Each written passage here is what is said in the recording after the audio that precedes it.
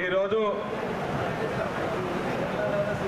4 మండలాల పార్టీ స్థాయి విస్తృత సమావేశానికి ముఖ్య అతిథులు ఎమ్మెల్సీ పెద్దలు బల్మూరు వెంకట గారికి, అలాగే ఇంకొక ఇన్ఛార్జ్ పెద్దలు గిరిజన సంస్థ చైర్మన్ తిరుపతి గారికి, అలాగే మన నిజామాబాద్ నుంచి ఉర్దూ అకాడమీ చైర్మన్గా పెద్దలు తయారీ అమ్దాన్ గారికి, అలాగే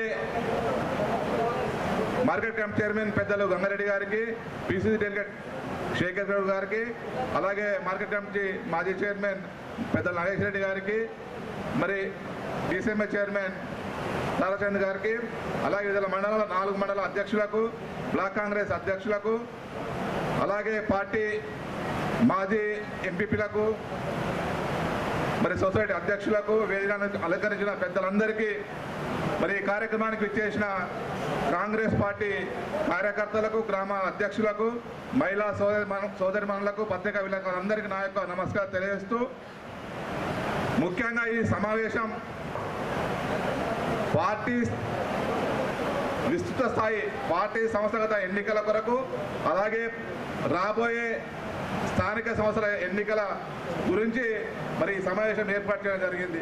ముఖ్యంగా పార్టీ స్థానిక ఎన్నికలు, పార్టీ గురించి స్థానిక గ్రామాల్లో గ్రామ అధ్యక్షులు, మండలాధ్యక్షులు, జిల్లా అధ్యక్షులు, రాజ్య అధ్యక్షులు, మరి వివిధ విభాగాల అధ్యక్షులకు అన్ని సంస్థాగతంగా మరి ఎన్నిక జరగాలనే ఉద్దేశంతో ఈ కార్యక్రమం చేపట్టడం జరిగింది.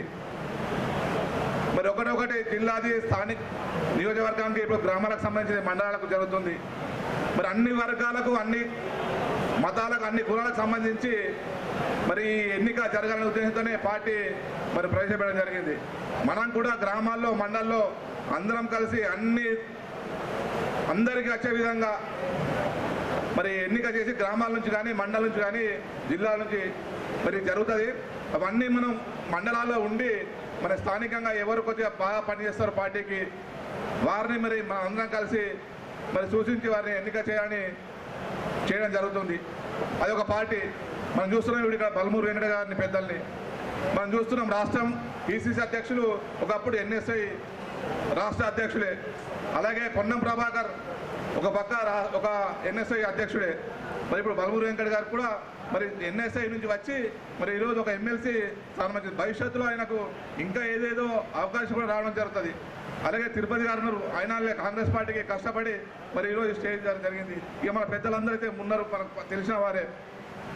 పార్టీ అనేది మనకు కమిట్మెంట్ ఉండాలా. సరే ఇలా ఉంటామా రేపు పోతామా అది కాదు, ఉన్నప్పుడు పార్టీకి కమిట్మెంట్, పార్టీకి మోసం చేయకుండా పార్టీకి కమిట్మెంట్గా సిన్సియర్గా పనిచేసినప్పుడే మనకు గుర్తింపు జరుగుతుంది.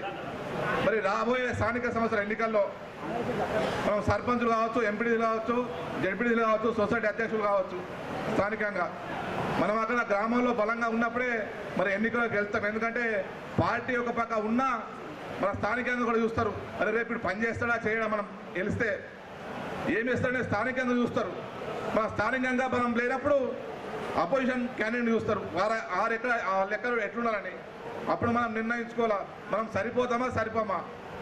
మరి ఒక చర్చకు వస్తుంది. ఇప్పుడు పాత కొత్త మధ్య 3 పార్టీల నుంచి సమస్య వస్తుంది. మనం ఒక కుటుంబంలో చేరినప్పుడు అందరం ఇప్పుడు సమానమే. మనం అందరం కలిసి మరి వేరే పార్టీని ఎదుర్కోవాల్సి వస్తుంది. వేరే పార్టీని ఎదుర్కోవాలంటే మనం ఐక్యంగా లేకుండా వేరే పార్టీని ఎదుర్కోలేము. ఎందుకంటే ఒక పక్క టీఆర్ఎస్ ఉంది, బీజేపీ ఉంది. వాళ్ళిద్దరు అవసరమైతే వాళ్ళిద్దరు కలిసి మరి గ్రామంలో పోటీ చేయడానికి రెడీ ఉంటారు. మీరు ఎవరు గెలుస్తారో మీరు పెట్టుకోరు, ఎవరు గెలుస్తామో మేము పెట్టుకోవడం అనే ఆలోచనలో కూడా పార్టీలో ఉంది. మరి మనమే ఐక్యంగా లేనప్పుడు వారు ఐక్యంగా వచ్చినప్పుడు మనం ఓటమికి చెందిన కారణం ఉంటుంది. సరే ఇప్పుడు వచ్చినామా, అప్పుడు వచ్చినామా, ఏది వచ్చినామా, ఎవరైనా మన పార్టీ నుంచి కష్టపడి ఒక కార్యకర్త ఉంటాడు. పాపమైన కాంగ్రెస్కు కమిట్మెంట్ ఉంటాడు, కానీ కొద్దిగా చేయలేకపోతాడు. ఎందుకంటే పబ్లిక్ ఓటింగ్ వేసుకోలేకపోతాడు, కొద్దిగా డబ్బులకు కూడా ఇబ్బందికరంగా ఉంటుంది. కాబట్టి వారిని మనం పార్టీ పరంగా కానీ ఇలా నామినేట్ పదవిలో కానీ వారిని గుర్తించి చేస్తే మనం బాగుంటుంది. అదే గెలిచే క్యాండిడేట్ని చూసి మరి, ఎందుకంటే మరి ఆ క్యాండిడేట్ కూడా చూడాలా, మరి గెలిచినాక మళ్ళీ ఉంటాడా పోతాడా, ఆ పరిస్థితుల్లో చూసి మనం చూజ్ చేసుకొని మన మండలంలో కమిటీ చేసుకొని మనం గుర్తిస్తేనే బాగుంటుంది, అందరికీ ఈజీగా ఉంటుంది. కాబట్టి దయచేసి ఆ కార్యక్రమం చేద్దాం.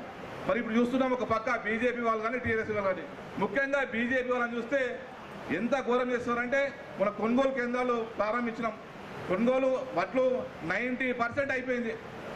ఒక 5-10% కానీ వాళ్ళు ఏదో గగ్గోలు ఒక లారీ తీసుకుపోయి ఒక ఇంటికాడ పెట్టి ఒక ప్రచారం తడిసిపోయినా ఎవరు కూడా రాని తడిసిపోయినాయి కొంతమంది గవర్నమెంట్ చెప్పింది చేస్తుంది కూడా. దాన్ని బీజేపీ వాళ్ళు ఏదో సృష్టించి మరి వాళ్ళ ప్రాంతాలు ఉన్నాయి కదా, వాళ్ళ రాష్ట్రాలు ఉన్నాయి, వారు పాలించే రాష్ట్రాల్లో, మరి అక్కడ ఏమైనా కొంటున్నా ఒకసారి వాళ్ళని అడగాలి. మనం దయచేసి నిలదీసి వాళ్ళని అడిగితే మనకు అప్పుడు మైలేజ్ వస్తుంది.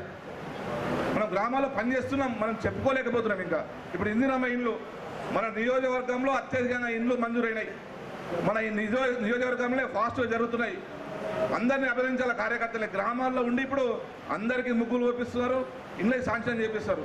అలాగనే మరి కలిసి ఉండి మరి అప్పుడే మనం దాన్ని చూసుకొని మరి పార్టీ కార్యక్రమంగా ముందుకెళ్ళాలని కోరుతూ మరి ఈ అవకాశం ప్రత్యేకంగా అందరికీ తెలియజేస్తూ ముగిస్తున్నాం.